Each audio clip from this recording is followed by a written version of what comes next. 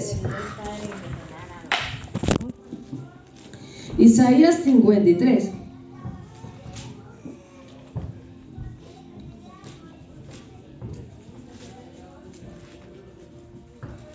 Tenemos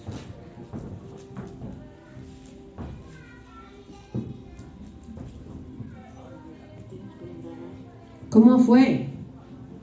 Dice en el 3: despreciado y desechado entre los hombres, varón de dolores, experimentado en quebranto. A Jesús lo partieron, a Jesucristo lo desecharon, como ellos desechaban en el torrente de Cedrón todas sus impurezas, todas sus contaminaciones, todos sus ídolos. Dice, experimentado en quebranto, y como que escondimos de él el rostro, fue menospreciado y no lo estimamos.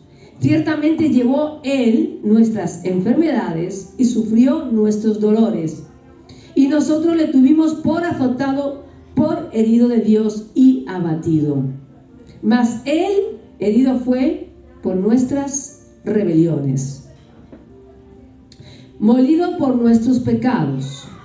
El castigo de nuestra paz fue sobre él, y por sus llagas fuimos nosotros curados. Dice en el 6: todos nosotros nos descarriamos como ovejas, cada cual se apartó por su camino, mas Jehová cargó en él el pecado de todos nosotros. Angustiado él y afligido, no abrió su boca. Como cordero fue llevado al matadero, y como oveja delante de sus trasquiladores, enmudeció y no abrió su boca.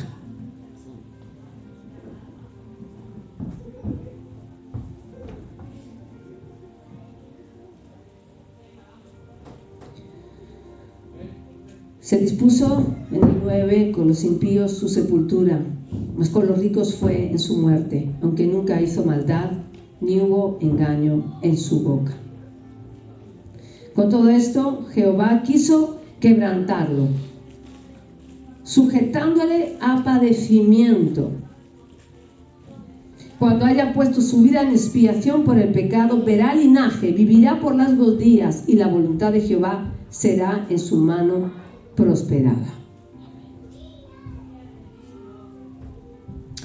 Aquí nos damos cuenta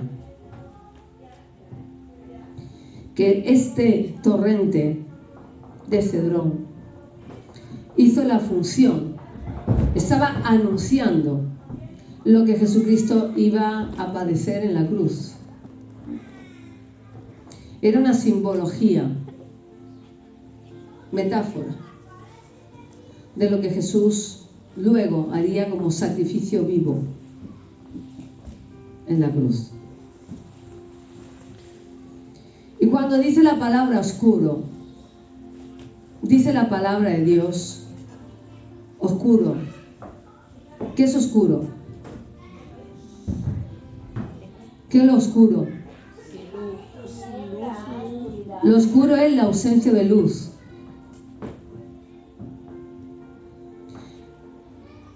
¿Pero qué es la luz? La claridad. La ausencia de oscuridad. Nos dice la palabra que Dios nos ha trasladado de las tinieblas a la luz. ¿No nos ha sacado el Señor de ese torrente? ¿No nos ha sacado de la oscuridad el Señor, de las tinieblas? ¿Qué son las tinieblas? Tinieblas significa ausencia de luz. Por eso dice que la luz vino al mundo. Nos resplandeció su luz a los que estamos aquí, ¿sí o no? Sí. ¿Cómo estábamos antes? En oscuridad, estábamos en tinieblas. Así que simbólicamente, el torrente de Cedrón, ¿sí?, está hablando de todo lo que Jesucristo iba a hacer en la cruz del Calvario. Y cuando vemos este recordatorio y todo lo que hemos visto de Jesús, entendemos que no estaba en cualquier lugar.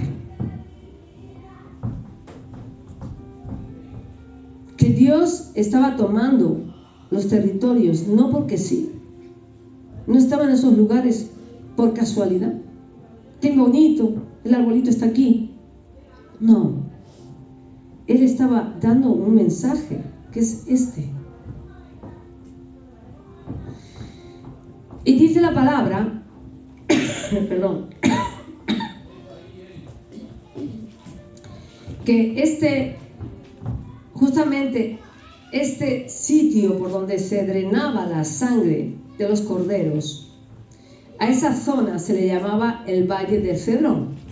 Luego, escuchen bien, se le ha llamado también el Valle de Josafat. ¿Saben cuál es el Valle de Josafat? El Valle del Cedrón. Vale. ¿Por qué se le llama el Valle de Josafat? ¿Alguien sabe de esto? Quien habla del Valle de Josafat es el profeta Joel. Profeta Joel. Vámonos a Joel capítulo 3. Vamos de profeta en profeta, ¿sí o no? Vámonos a Joel capítulo 3. ¿Sí? No seas Joel capítulo 3.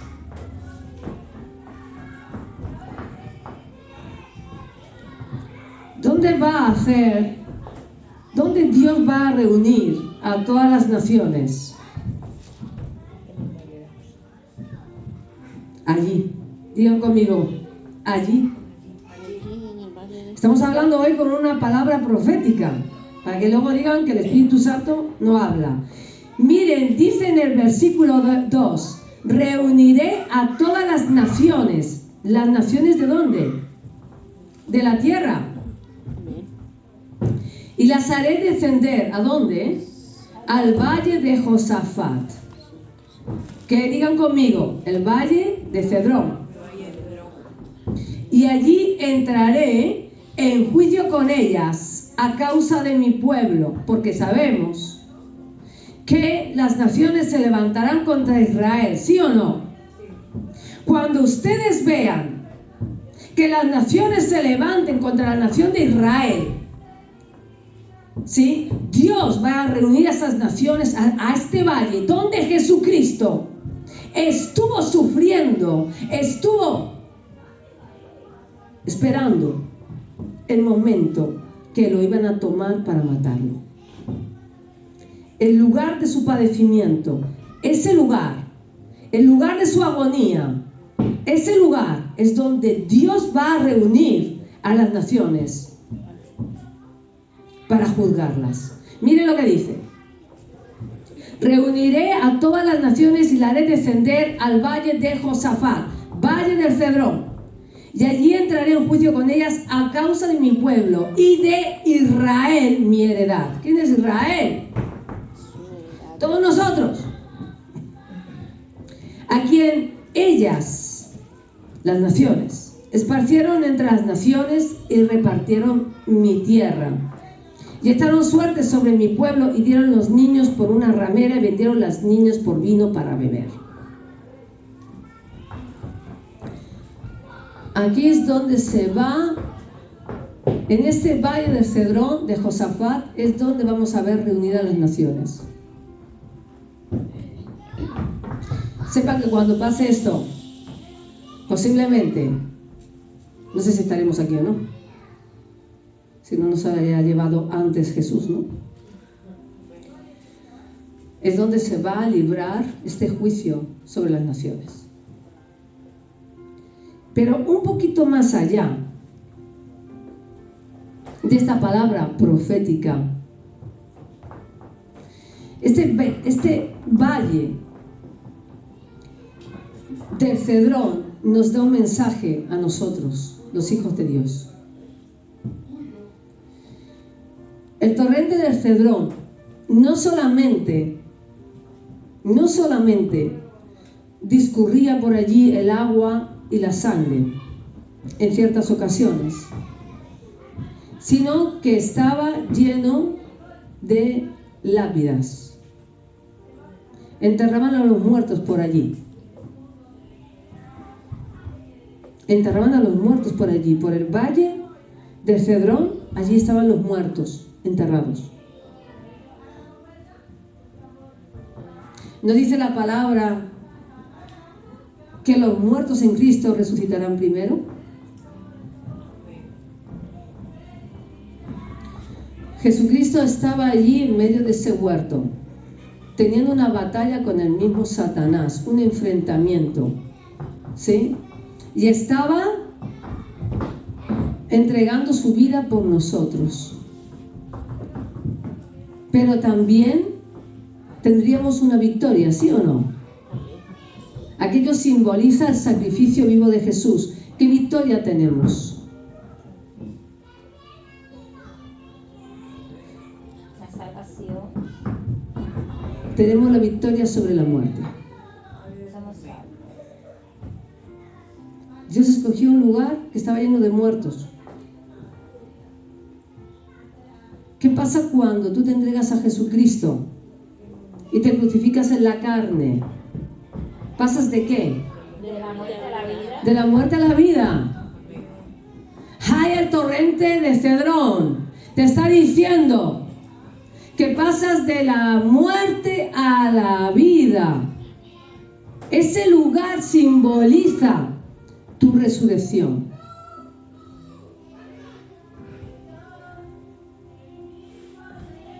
¿Quién puede resucitarte de entre los muertos? ¿Quién es? Jesús. ¿Quién nos ha resucitado? ¿Cómo estábamos nosotros antes? Muertos. Jesucristo venció en la cruz. ¿A quién venció? ¿A la muerte? ¿No descendió a Seol? Sí. Y dice que predicó a todos los muertos y resucitó al tercer día y tiene las llaves del Hades. Amén. Ese lugar significa la victoria sobre la muerte. Significa la resurrección. ¿Quién es la resurrección? Jesús. Jesucristo. Fíjense, no estaba en cualquier lugar Jesús. Algo que parece tan sencillo, no estaba en cualquier lugar. El Dios de la resurrección estaba en aquel lugar, aquella noche, en su poder, en su grandeza. Pero escuchen, dice la palabra que Él estaba en un huerto, ¿no? ¿Cómo se llamaba el huerto? Getsemaní. ¿Qué significa Getsemaní? Significa la prensa de aceite.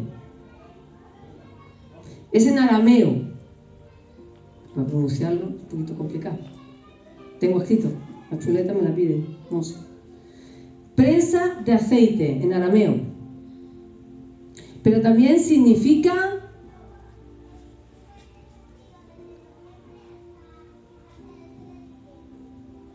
el lugar de los olivos.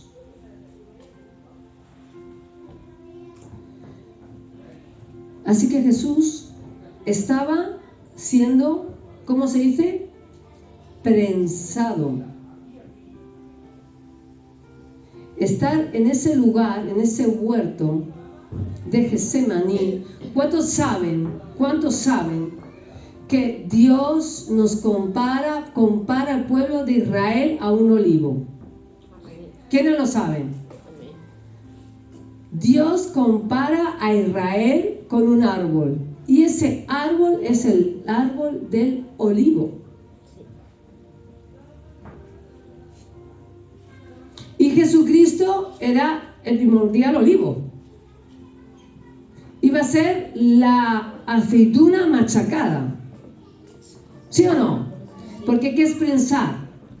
Sí, aplastar. Dice la palabra que acabamos de leer en Isaías 53 que Él fue molido. Molido quiere decir que ha pasado un molino por encima. ¿Sí o no? Una persona que está molida es una persona que le duele todo el cuerpo, que ha recibido golpes por todos lados. ¿Sí? ¿Qué estaba en esa noche Jesús? En ese huerto de Getsemaní estaba sudando gotas de sangre. No lo dice aquí en Juan, lo dice en la palabra que está en Mateo. La palabra que está en Marcos, perdón.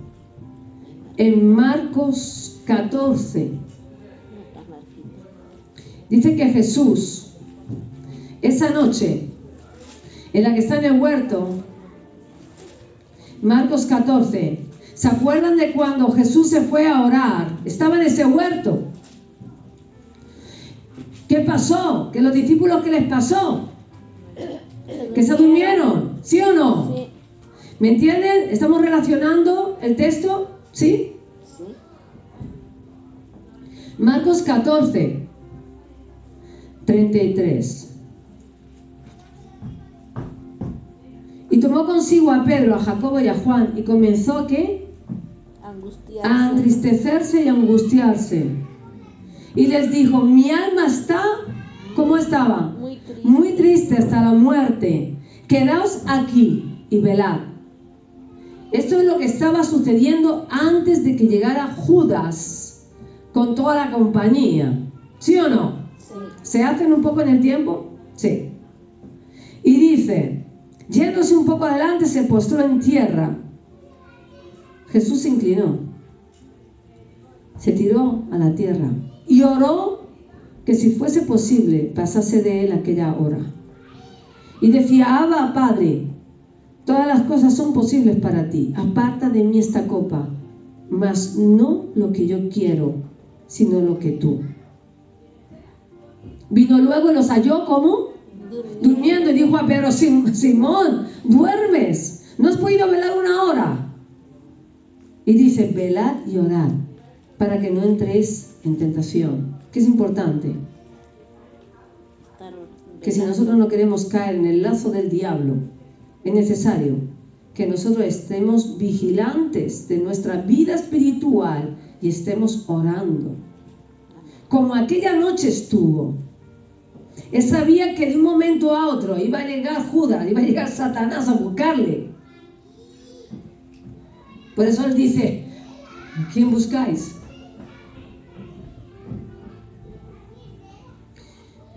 Y esa noche, Jesucristo como estaba, angustiado. ¿Saben qué pasa? Que cuando Dios te mete en prueba, todos tenemos un Getsemaní en nuestras vidas. Todos tenemos un tiempo de padecimiento, un tiempo de tristeza, un tiempo donde nuestra alma está angustiada, ¿sí o no? Sí. Pero Dios te dice, te estoy probando, a ver si me crees, a ver si resistes. Te estoy sacando la esencia que hay en ti. ¿Me crees? ¿Me crees? Y estaba ¿qué? Llevándolo a Jesús al límite de sus fuerzas naturales y espirituales. Su alma, ¿cómo está? Dice que al borde de la muerte. O sea, su alma estaba súper apenada. ¿Cuántas veces nosotros nos hemos podido ver así? ¿Pero qué hizo Jesús? Se humilló y aceptó, ¿qué aceptó? La voluntad de Jesús. Aunque me aplasten, aunque me destrocen, aunque me claven en la cruz, yo me humillo ante Dios. ¿Cuál es tu Getsemaní? ¿Cuál es la prueba por la que estás pasando? ¿Cuál es la prueba? Porque Dios lo que quiere es que le busques a Él para que puedas soportar el momento de la prueba. Todos nosotros seremos probados. Todos nosotros, en un momento de nuestras vidas, en una circunstancia de nuestras vidas, padecemos, sufrimos, nos entristecemos, creemos que hasta Dios nos haya abandonado. Pero ¿qué es lo que le hizo a Jesús aferrarse al Padre?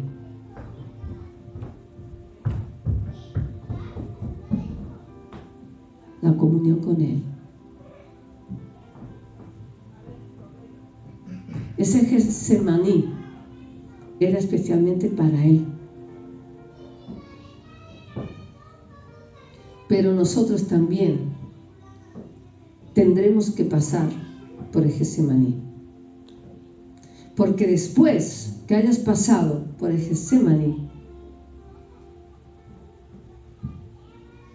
tú resplandecerás como resplandeció Jesús.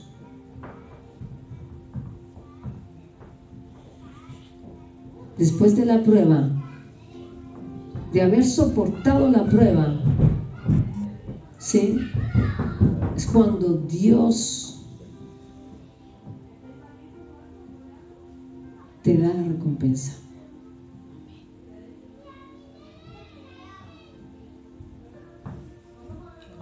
Getsemaní es humillarnos a Jesús, es morir por Él, es sacrificio vivo. Getsemaní es que si te humillan, tú digas, no me humillen. Que si te insultan, que me insulten. ¿No dice la palabra de Dios, bienaventurados aquellos que son vituperados por mi nombre? ¿No? Y dice, y a los que te maldicen, bendice. Bienaventurados cuando digan todo tipo de cosas. Porque a Jesús le llamaron de todo, ¿o no? Sí. Le llamaron blasfemo, le llamaron sectario, dijeron que era hijo del diablo, le dijeron que el poder que él tenía era de Satanás. ¿Blasfemaron o no a Jesús? Sí. Pero sin embargo Jesús dijo, Señor, perdónalos porque no saben lo que hacen. Así que cuando tú estás pasando por la prueba, Señor, ayúdame a soportar. Señor, ayúdame a pasar la prueba por la que estoy viviendo. Saca de mí lo mejor y mata mi carne. ¿Sabe lo que estaba haciendo Dios ahí? En el monte de Getsemaní, matando la carnecita que tenía Jesús. Si él era un hombre sin pecado, lo machacó.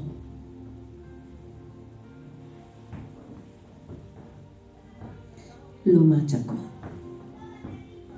De tal manera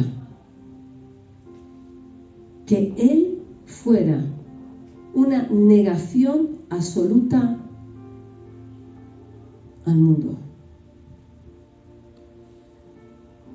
Este es el Jesús que predicamos.